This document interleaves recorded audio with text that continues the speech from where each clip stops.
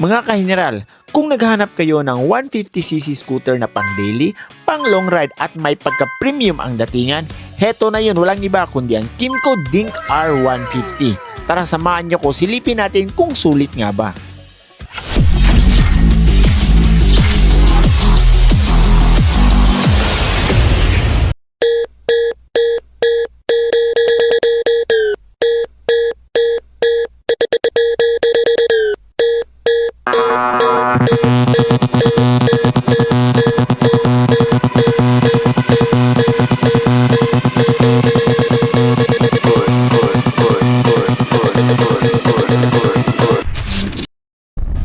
Mga ka-general, gamit natin ngayon itong Kymco na Dink R150.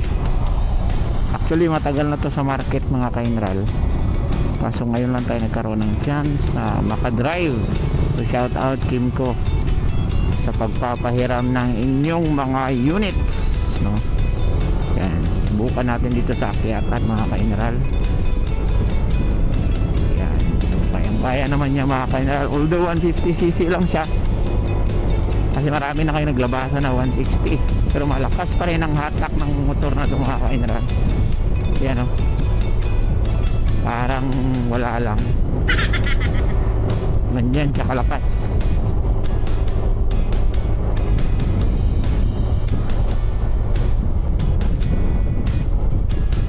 Napaka responsive din ang throttle ng motor na ito mga ka-general, kaya hindi ka mapapahiya rin sa unit na to. So first time pala natin makadrive ng Kymco na unit. Malakas din ang busina nito, stock pa lang yan pero malakas na rin.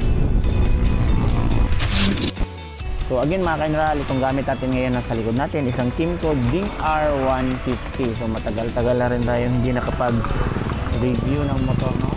So this time napagbigyan tayo ni Kymco. Ito siya. Pag-usapan agad natin ang makina ng motor na ito. Ito ay powered ng 150cc engine, single overhead cam, naka 4-stroke, 4 valves, fuel injected kaya matipid na rin sa gasolina at liquid cooled.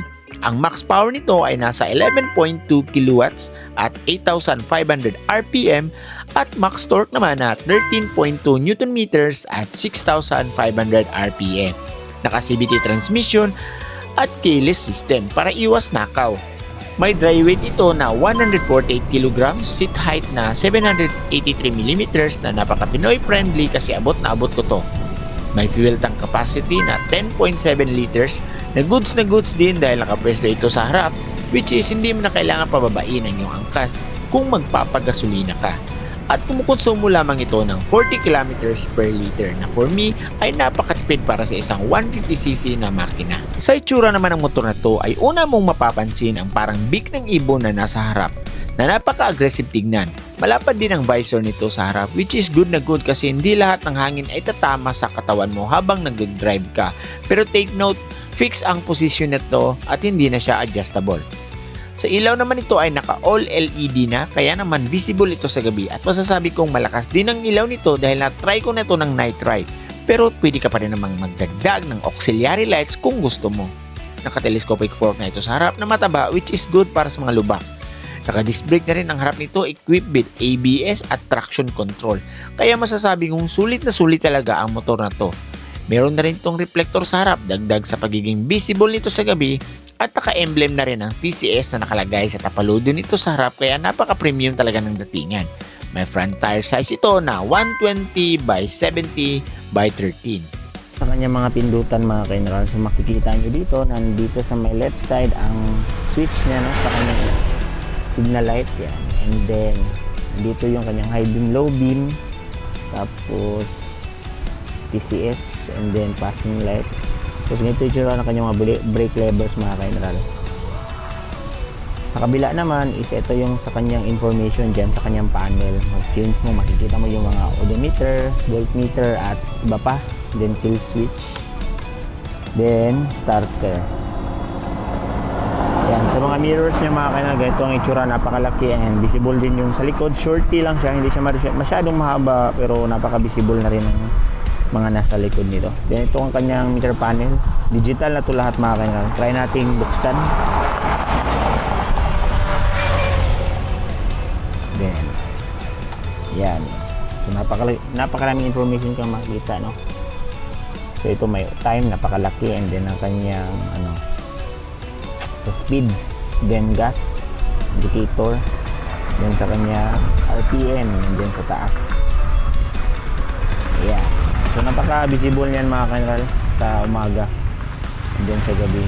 And then isa pa mga kanral, dito ako nagandahan. Makikita nyo dito, meron siyang secret dito. Yan. Tulak mo siya pataas, lalabas yung kanyang charging port. Yun o. Isa rin sa nagustuhan ko sa motor na ito mga kainral is eto, ang kanyang fuel tank is nandito siya. So off natin. Then ito tsura na kanyang mga apakan sa driver. Ito siya, then may extension siya doon. Then ito naman ang sa passenger niya, foot peg yan. So unique rin ang pagkagawa nito mga kainral, kasi itutulak mo siya, then para kunin mo siya ulit o palabasin, hindi mo siya kailangang hilahin. Tulak mo rin mo ulit siya, papasok. Yun o. Then sa gilid naman niya mga kainral is nandito ang emblem ni Dink R150. So napaka premium niya mga kainral, no? More on emblem siya, unlike sa ibang motor na sticker. And then gaya nito, kita nyo yung kanyang TCS, naka-emblem rin yan. Pura na kanyang tambucho mga kainral yan. So napaka sporty na rin tingnan. Then ang ilaw nito sa likod, ang kanyang mga signal lights ay nakalabas, pero maliit lang din siya. So LED na rin siya mga kainral. And then ang kanyang mga ilaw sa likod, brake light at signal light, LED na rin lahat. Meron din siyang nakaseparate dito na plate light yan. So maganda siya mga kainral kasi siya, firm yung kanyang tapaludo sa likod. Unlike sa iba na manipis, kapag napapadaan ka sa lubak is tutunog siya, pero ito hindi. Sa suspension naman yung sa likod is ito, naka dual shock siya mga kainral. Yan. Kaya maganda ang bounce ng motor na to. And then ito ang picture na kanyang gulong sa likod. Yan. So ang size nito is nasa 130 by 70 by 13. So parehang 13 ang gulong nito mga kainral. And then naka ABS na rin, naka disc brake. Kaya masasabi kong panalo na rin ang motor na to kasi naka ABS na siya, loaded na rin siya sa mga magagandang specs. Sa upuan niya, napakalapad. Then ito itsura ng kanyang grab bar. Then tingnan natin ang kanyang under seat compartment mga kainral. So paano siya buksan is kailangan mo siya pa i-on. Yun, tumunog na. Then i-hit mo sa may upuan. Yun.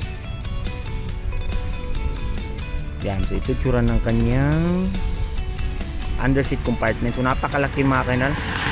Kasya guro dito ang maliit na half face, pero yung half face ko hindi kasya dito kasi ang size nun is XL. Pero makikita nyo napakalapad, marami kang pwedeng ilagay.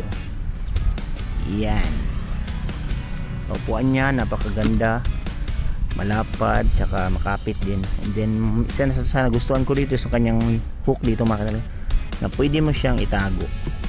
Yan, yan, ibalik. Yun. Ko rin mga kainral, keyless na rin tong motor na to, kaya dito basta mananakaw. Ayan. So black pala tong unit na dala natin. So meron ako nakitang white nito, naka-display dito sa M-Core Gensan.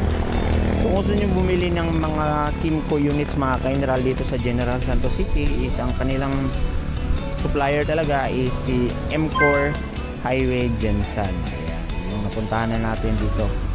Sa price naman ng motor na to ngayon mga kainral, kasi matagal na to sa market. So ang price nito is naglalaro sa 148,000 hanggang 150,000, no? Again, depende na yan sa inyong dealer.